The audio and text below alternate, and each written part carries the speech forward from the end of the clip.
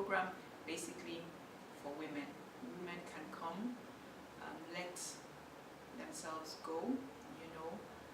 Everybody has issues, some more than others, but women have a whole lot that they're dealing with. And this year the focus is on pain and shame primarily. But the bottom line is that it's only Jesus who can take away that pain, who can take away the shame. Whatever it is that a woman is carrying inside of her has to come out. Child abuse is something that I personally have experienced when I was quite young, and so obviously from an authentic or a point of view of authenticity, this is what I'll be speaking about. You know, a child that is subject to abuse from one person is open, something has already been opened, a door, an evil door has been opened for other people to come in and abuse that child. It doesn't necessarily always have to be sexual.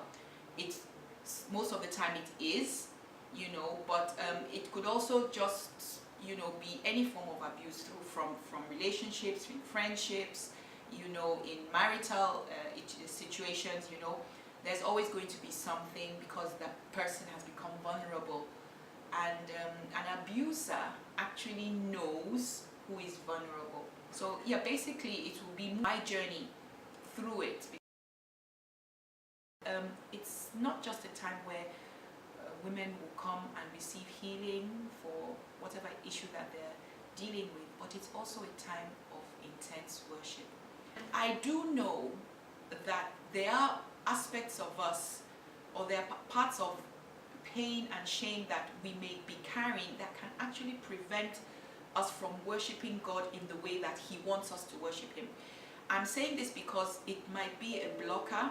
There's something inside of you that is, I won't want to say angry, or there's just something an emotion that you feel that you just wish you hadn't gone through what it is that you went through or what you're going through, and so it doesn't allow you ordinarily, you know, to worship Him as He wants you to worship Him. So I believe that this atmosphere of worship is something where we can lose those inhibitions, we can lose those silent, invisible words that we have given ourselves that are preventing us from actually giving the Master all of our worship. In that atmosphere of worship, we lift up our hands, we lift up our hearts, we lift up our voices, you know, and we are just lost in His presence. We're just lost in that atmosphere of worship.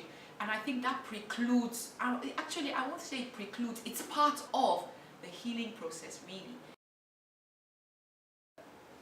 If you have something that is holding you back in your life, if you have struggled with shame, and if you have struggled with pain, or you're still going through it, and believe you me, if you're honest with yourself, there is something. Whatever it is you're coming for, whatever it is, whatever burden it is that you're coming with, shame, pain, whatever it is, the most essential thing is, what are you receiving at the end of it? What do you want Jesus to heal in your life? Do you want the same old, every day, the same repetitive actions? You know, because there's certain things that we'll continue to do until we give them to God, until He mends them. We take our broken pieces and give them to Him, and He gives them back to us mended.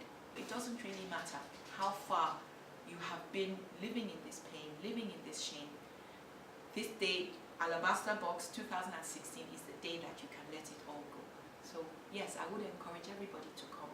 Invest the time, because you're investing in yourself. Jesus, He loves